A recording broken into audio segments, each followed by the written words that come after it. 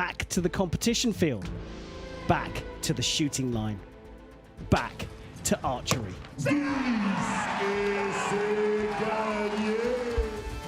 2 years ago, the World Championships in Yankton returned focus to the athletes and their exceptional sporting performances. Tension, drama, emotion. Champions. From Europe to Asia, Africa to Oceania, the Americas to here, right now. Our sport is taking centre stage worldwide. On the indoor range, in front of record-breaking crowds. Across beautiful landscapes, connecting with the great outdoors. Kim Woo-jin, on a worldwide tour. The passion, the persistence, and the precision. That is a perfect 150. All spent in the pursuit of excellence. A pursuit that every day, every hour, every arrow starts again.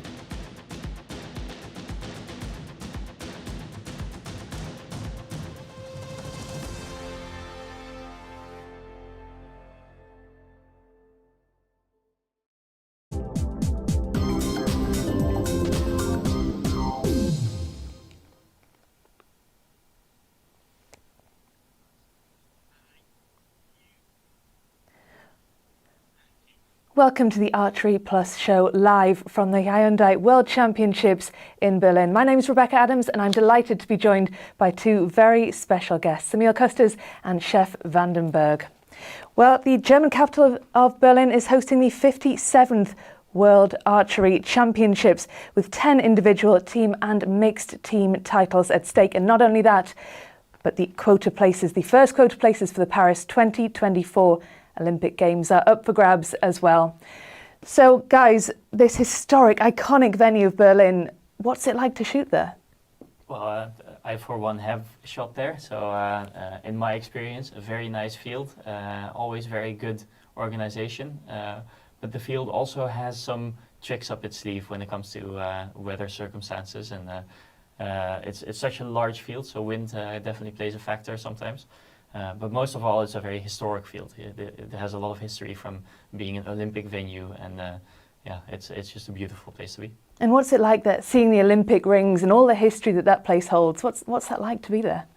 Well, to me, it breathes the Olympic spirit. So you know that you're shooting in a field where a lot of history has happened, and I think the World Championships now with the Olympic spots on the line will just make that even better, the feeling of the Olympic spirit. Yeah, of course, and Emil, there's so much more at stake here than just those World Championship titles. Yeah, there are a lot of teams that will be traveling to Berlin for the Olympic tickets, and there are a lot of tickets on the line, both in team and individual. So we're really excited to see how that all pans out. Of course, well, there are 24 quota places available for the Paris 2024 Olympic Games, 12 per gender. 9 of those will be awarded in the team competitions, 3 teams that are on top of the podium at the end of it, and then 3 in the individual competitions. Countries, of course, can't win more than 3 spaces overall or more than 1 space in the individual event. So there's a bit of jeopardy there as well, isn't there? Are there any finals that you're particularly looking forward to this week? Well, there's a couple standout names, obviously, but for me, I'm really looking forward to seeing Mike Slusser on the line, fellow countryman Mike Slusser, former teammate, and it's 10 years since his first World Championships individual win, so I'm sure he would like to repeat that 10 years after the fact.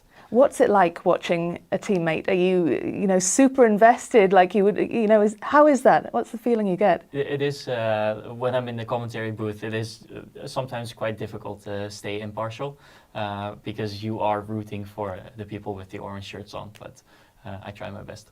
And the people with the orange shirts, Emil, are doing quite well this week. Yeah, we have a lot of people that still are in contention for medals here. A couple of the compound team is still in for a bronze medal. The ladies recurve team is still in the last 4, and we have some individual archers that are still in. So, Yeah, they are doing quite good. And what I especially like is after today we see a lot of different countries in the finals. There are not a lot of countries that have all their archers still in, so it makes up for really nice matches for everybody to watch. Yeah, there's certainly been some surprises so far this week. But as we get into the business end, who are the archers that you're really excited about seeing this week? Yeah, for me, I stick with Mike Slusser. I'm looking forward to seeing him shooting him. Of course. And Emil? Yeah, I think in the recurve men's bracket is a really nice bracket with Mete Gazos and Marcus Dolmeida on the same side of the bracket, which gives us a really, I hope, a really good match if they meet each other in the semifinals. And obviously in the compound division we have some interesting matches with all the Indian compound girls still in, so that's really interesting. Yeah, that's a really interesting one. We'll get to that a little bit later on, but the big names in the final 8, both in the men's and the women's, all the names we'd expect. We've got Marcus D'Almeida, we've got Mete Gazos and San. I mean, no surprises really as to who we're seeing in that top 8, and it's really exciting to look forward to seeing those archers compete. Yeah, definitely. But we have definitely a lot of big names, but also a lot of surprises, and some surprises that aren't in the finals. For instance, like Kim Woo-jin didn't make it to the top 8. Brady Ellison didn't make it to the top 8. So, and instead of those, we have some surprising archers there. So it's a little bit of both. Of course, with those Olympic places on the line, like we were saying earlier, how important is it for those archers to be peaking now? I think there's a good reason that we see so many different countries on the line, because a lot of countries will have periodized their training and really focus on this tournament, and I think it shows by just the broad spectrum of different countries that we see. And when you have a World Championships, and with an Olympic Games followed the year after, how does that kind of impact your preparation, your training? Because of course you want to peak at the World Championships, but you also want to be peaking at the Olympics. Yeah, but I think that shouldn't be a problem, because they are 1 year apart, kind of in the same period. Like the Olympic Games, I think they are 360 or 355 days from now. So it's quite easy, I think, to periodize that for athletes to peak at that moment. I think it will be harder for the athletes that won't get a ticket here, because they really need to peak in the months before the Olympic Games, and that's for them it's harder. So to have a good preparation for the Olympic Games, you want your tickets as early as possible, and this is the best spot to get your tickets.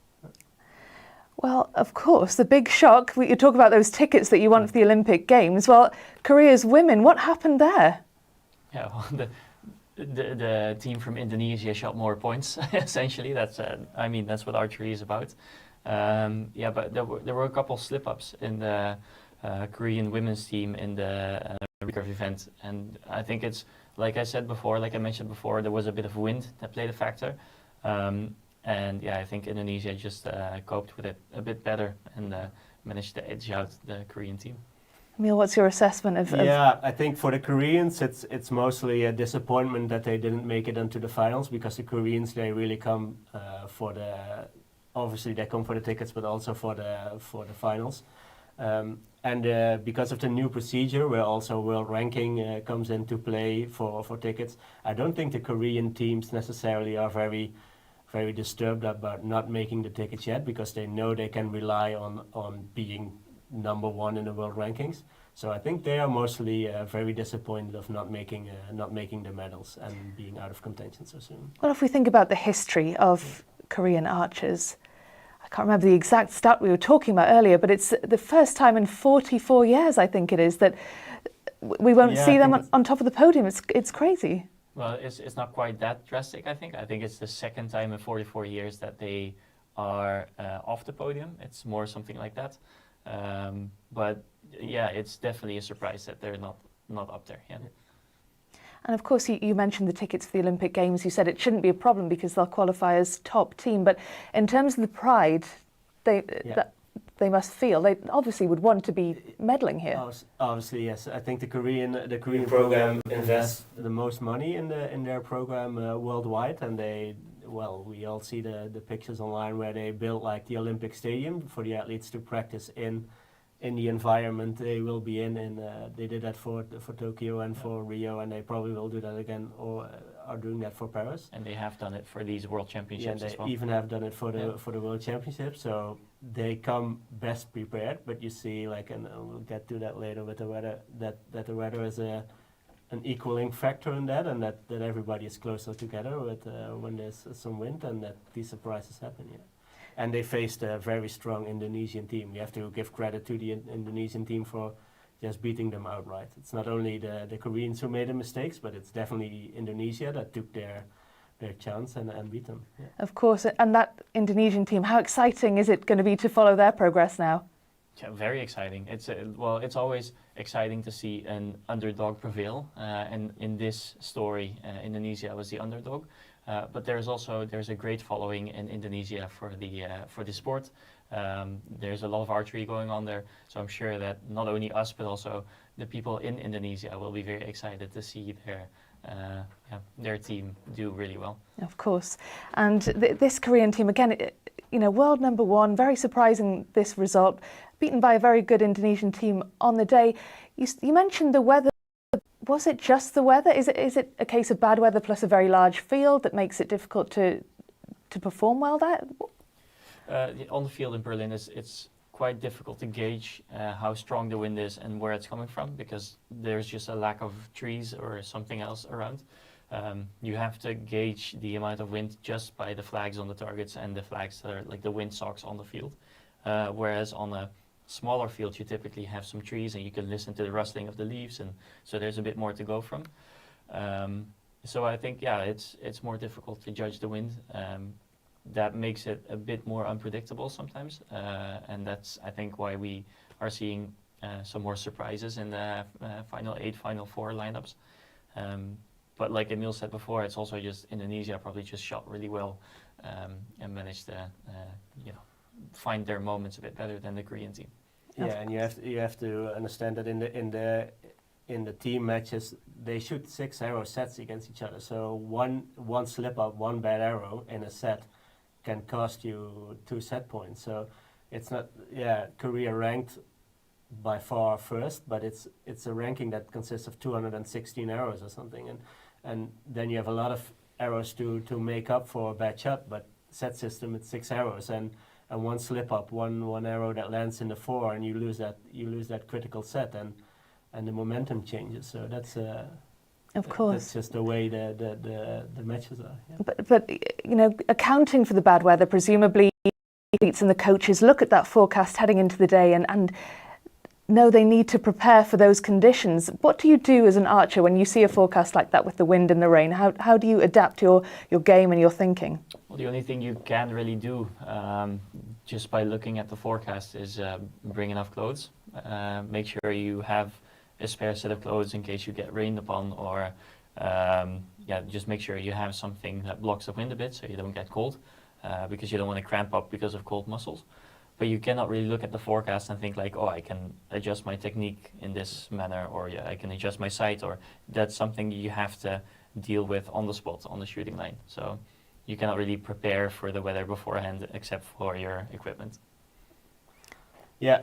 For the weather, it's at the moment itself, it's hard to prepare for it. You have to prepare for it in your training, and you really have to go out there and train in the wind. And we know Koreans, but also other Asian countries, they have the best techniques of the world. I think it's always very clean and very nice looking. But I think they might need those very good conditions to have that technique, and they might be less adaptable to wind. So maybe that plays in it, that they just have a little trouble in adjusting in the wind. Well, one archer, of course, that we talked about earlier, who's not from Korea, who doesn't necessarily mind the wind, but you said he doesn't like playing in the cold. He is your archer of the day. Emil, who have you picked? Yeah, we had to pick an archer of the day, and I took Mete. It's Mete Gazos from Turkey. At this point, we don't have any medals yet, so we can't say like somebody with 3 medals. I make him archer of the day. So I took Mete because I think Mete is if you look at how he influenced archery in Turkey and how he's still influencing archery in Turkey, he's really, after becoming Olympic champion, he really is pulling his team now, and they made it until the final four. So they're still in contention for a team ticket for Turkey, and that I think might be the first one. Looking at Chef for the stats, if a Turkish team qualified for the Olympics, so that's 2008, I think. Yeah, it might be even the youngest team because Matt is 23, 24, and the other guys are 20 and 19, so they're still juniors. And if you see how he takes up that role of the leader of that team, and how he, and obviously he's still in the individual matches as well. He's in the top 8, and if you look at the bracket, after a little bit of a rough start, he won his last 3 matches 6-0. So. Yeah. He won the last 9 or 10 sets outright. He beat Brady Allison with 6-0. So for me at this moment, of all the archers I saw on the field, I think Matt is the most convincing at the moment. And how impressive is he as an all-rounder? Because, you know, like you said, he's a leader and he's still so young. How exciting a prospect is he? To me, very excited. I had the pleasure of shooting against him in Rio at the 2016 Olympics. He later went on to become the Olympic champion in Tokyo, obviously. And I remember telling people when they were asking me how good is Mette at this moment, in that season, it felt like he could just decide to shoot a perfect end. It was almost as if when he was shooting finals against somebody on a finals venue especially, he would just, like, if he needed to, he would just pump a couple 10s out and be okay and be done with it. And it's just the convincing manner in which he was able to do that just impressed me so much. And I think we're starting to see that more and more from him again after a slower 2022. And looking ahead to the Olympic Games next year, of course, he said he wants to be the first man to win back-to-back Olympic golds. Yeah. You must rate his chances highly. If he can keep this up, he will always be a medal contender. Yeah, definitely. You think so? Yeah, I agree wholeheartedly. Excellent, excellent. Well, we will see. I'll come back to you both next year and see if you've predicted that correctly. Of course, we talked earlier about the surprise of the Korean women crashing out of the tournament, but another Korean who didn't do so well today, of course, is Kim Woo-jin. He lost as well. You referred to him earlier as an absolute legend, but what happened to him? Very good question. He lost against somebody from Indonesia again, which also the case in 2016 at the Rio Olympics. Also lost against somebody from Indonesia, so might be a little bit of a white whale situation there, but might be a bit out of on a hunch there.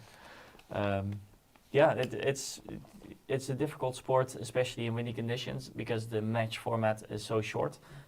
So it kind of breeds for surprises in that regard. And I think this is just a good example of what happens when somebody with seemingly perfect technique gets thrown into a windy situation and just makes a couple mistakes and somebody else capitalizes. And it's Indonesia again, who seem to have arrived in Berlin incredibly well prepared, hitting form at the right time. Yeah, definitely. And a new archer for us, so it's not their first archer of the team, but a new guy, young guy, 18 years old, so very surprising. And for Kim Woo-jin, we already saw him struggling a little bit early in the bracket, so I think he already overcame a shoot-off in the round before he went out, so he was struggling all along the bracket, and he finally couldn't capitalize on that second shoot-off. But it's stark contrast with the World Cup finals that we saw in Tlaxcala in Mexico, where Kim Woo-jin just couldn't miss the 10 almost. Like he started off the tournament with a perfect match, and then he shot an insane amount of 10s and the highest average I think I've ever seen in a tournament in wind still conditions. So I think that's a good contrast with what we've seen this week so far. Well, let's take a look then at the man in action. Than every other archer on the line. But however magical he might be, no athlete should be able to ride these peaks and troughs and emerge every time stronger. Kim Woo-jin. And it's another perfect score. He is, without a doubt, the golden standard of archery's modern era. There is just one thing that Kim Woo-jin is missing.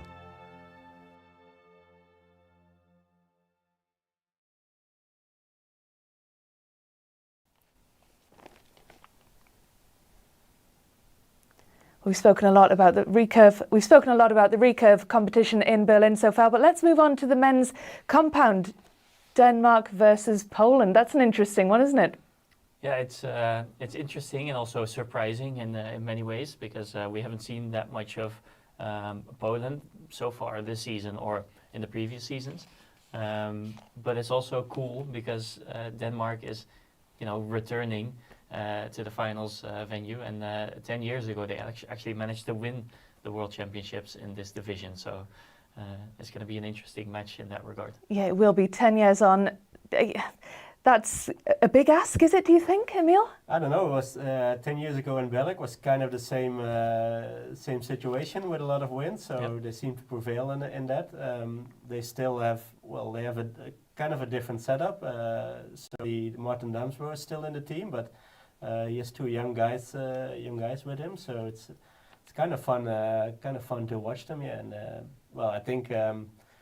With Matthias Fullerton, one of the two guys, already proved himself as a top athlete, a top archer who made individual podiums. So I think they have a very strong team, and they really deserve to be there. And I think they kind of maybe used a little bit to the weather. We went to Copenhagen in 2015 for the World Championships, and we absolutely were blown off the field. It was even worse, maybe even worse than here in Berlin. So.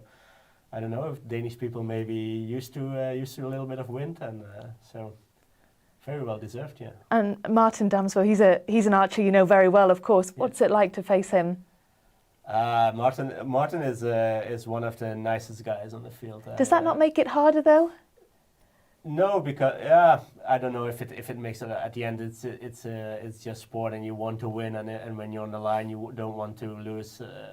If it's Martin Damsbo or anybody else, you're there to win. But after the competition, it's all fun and games, and you have a nice time together. Yeah, but it's nice to be on the line with people like Martin Damsbo. Yeah, absolutely. And how much of a legend is Martin Damsbo? 10 years ago, a winner. Can he do it again? It's quite an incredible bookend, wouldn't it be? A decade. Those two wins a decade apart. How important would that be for him and Denmark? It's a decade ago that he won the World Championships with the team, but I think it's probably 16 years ago that he did his first World Championships in Leipzig. Maybe even before, maybe even in Madrid already before. Yeah. So in any case, a very long time ago.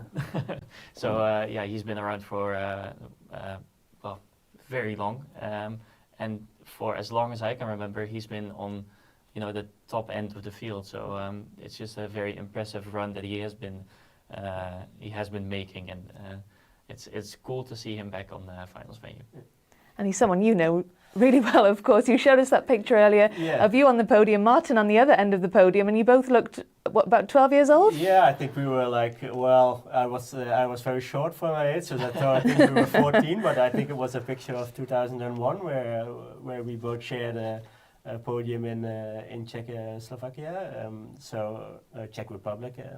So that's quite a while ago. That's 22 years ago, and so we grew up together through the junior ranks, and Martin was like a constant factor, always at the tournament. So we had a very close relationship, and then I think we Martin's 1 year older than me, so we joined the senior programs, kind of the same age. So I think Martin was there in the first World Cup in 2006, and he probably, I think he has missed less than 5 over the years, so he's probably around almost hitting 60 now, if he already hasn't done it. I don't know how many World Cups there have been.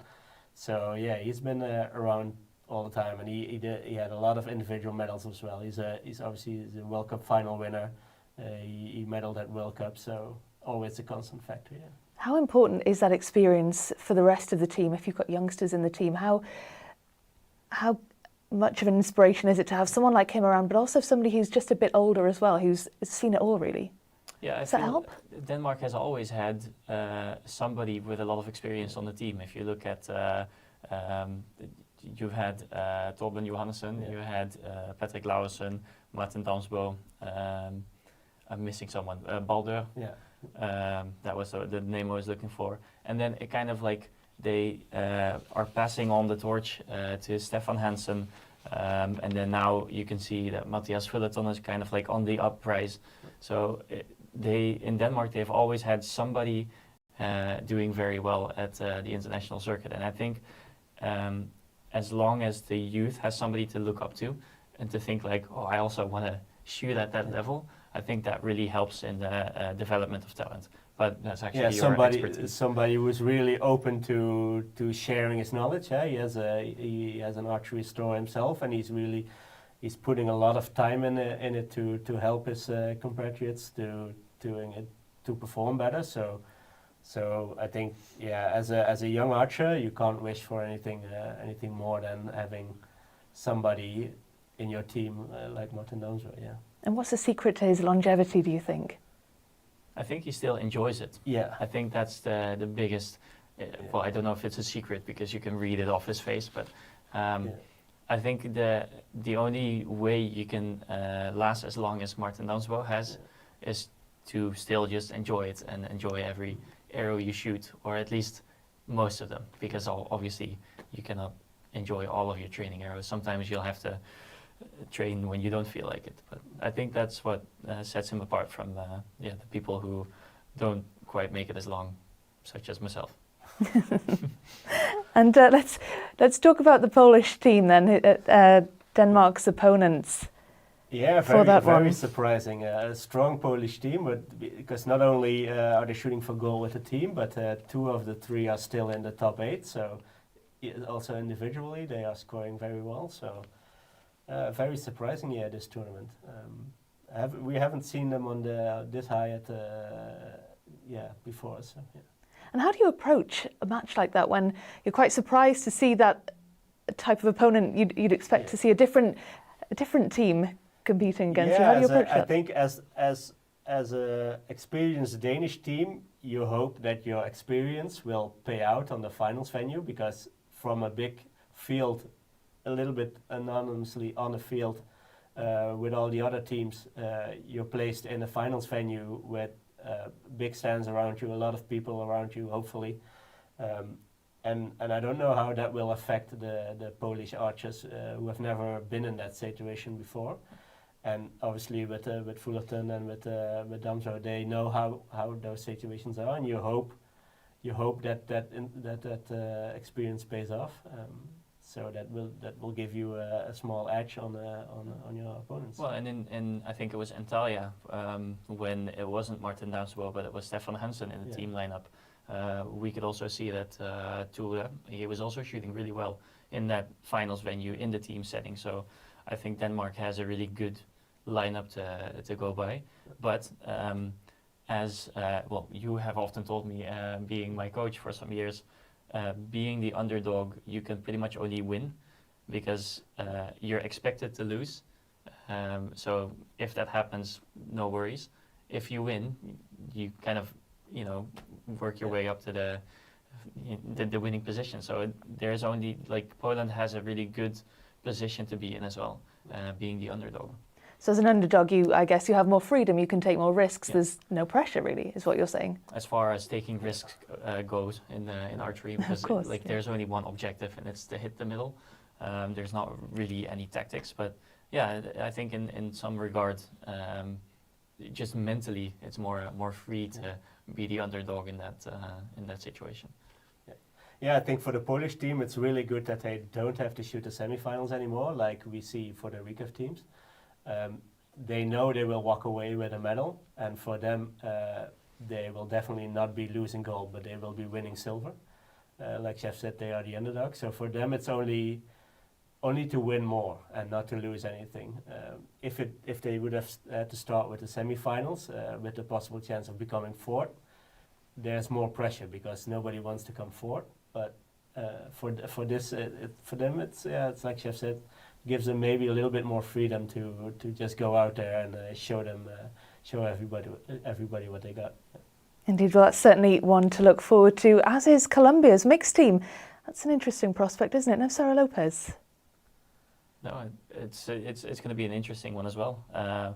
Colombia in the compound division has always just shot really well, or always, I should say, since 2013 when Alejandra Eusquiano won the World Cup final. I think that kind of propelled them into the right direction for a compound division, and ever since then they're forced to be reckoned with. Yeah.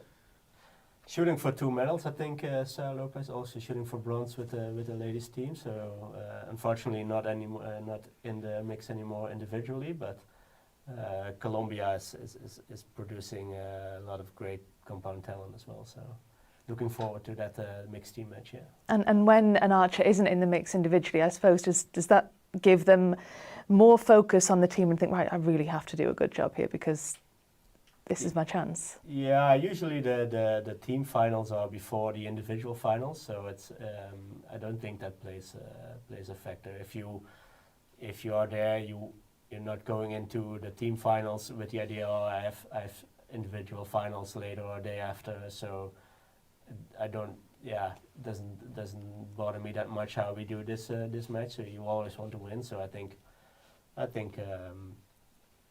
it shouldn't make a difference, in my opinion. Yeah. Okay, and what's your prediction for that one anyway? Yeah, I think on experience, I think Colombia for the win. Yeah. And Chef? Yeah, I am inclined to agree. Okay, playing it safe, going with Colombia in that case. Let's talk then again about the recurve semi-finals. As we know, Korea not in that semi-final tomorrow, so that kind of blows things wide open, doesn't it? What do you think about those women's semi-finals? Yeah, I think the women's semi-finals, if you would have predicted these semi-finals, everybody would call you crazy. These are the most unpredicted semi-finals, I think. Mexico, okay, but the other teams, Germany is obviously a strong team with a European champion, but the other two teams, it's was very unlikely before the tournament that they would have made it to the semi-finals, but they're there. They really did it on merit. They took their chance and they shot really nice scores, and so yeah, very surprising. So Germany versus Mexico in one of the semi-finals. That's a team ranked 6th in the world versus 4th in the world. That's quite evenly matched. But do you think the Germans will take heart from being on home soil and think, well, we're at home, we don't want to be beaten here? Yeah, so we had a bit of a discussion beforehand. Emil thinks that will pull them over the line, and I personally think that Mexico is going to prevail in this just by having 2 Olympic medalists in the team and 1 rising star in Ruiz. So I think Mexico will take it. Emil, on the other hand, yeah, I think the home crowd will give the German girls the necessary edge over the Mexican girls. Okay. That said, I would enjoy seeing the Dutch ladies prevail. Of course, the Dutch a surprise package. Statistically speaking, not as likely, but so it wasn't for them to be in the top 4. So I'm hoping for them to shoot well enough to get into the final and see what they're worth. Yeah. And what's been their secret? I mean, we wouldn't have expected to see the Dutch in the semi-finals, would we? No, not necessarily. I think maybe the fact that at the training center in the Netherlands, it is typically windy. Yeah. Dutch weather. Yeah. They always complain, even Chef did in his time, they always complain that at the National Training Center it's windy. And now they see why. Perfect preparation, isn't it? Yeah. Preparation, so. Yeah, certainly interesting semi-finals in the women's recurves. And same for the men's. Of course, Korea are in that one, as we'd expect. Let's talk about that match. Yeah, Korea is obviously the big favorite in this, but so they were in the female division, so the question is, will they be able to deal with circumstances a bit better than their female counterparts? I think so, because from what we've seen so far this season, they've just been untouchable, especially in situations like in finals venues where you know there's going to be stands and there's going to be some tents from the organization, and it's kind of blocked off typically. Yeah.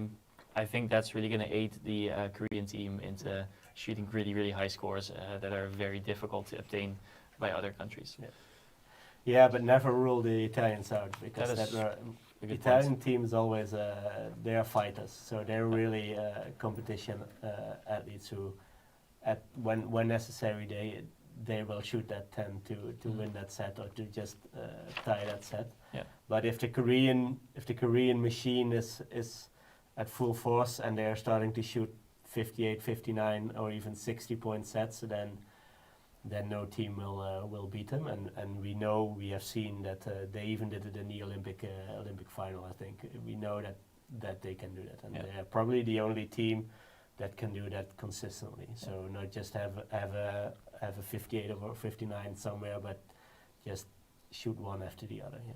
So. But like you said, Italy has a way of getting gold medals as well, and a good example of this is the 2012 Olympics in London, where Michele Frangilli needed to shoot a 10 with his last arrow and managed to do so in a very high pressure situation against the US in the team gold medal match. So, like Emil said, never rule them out.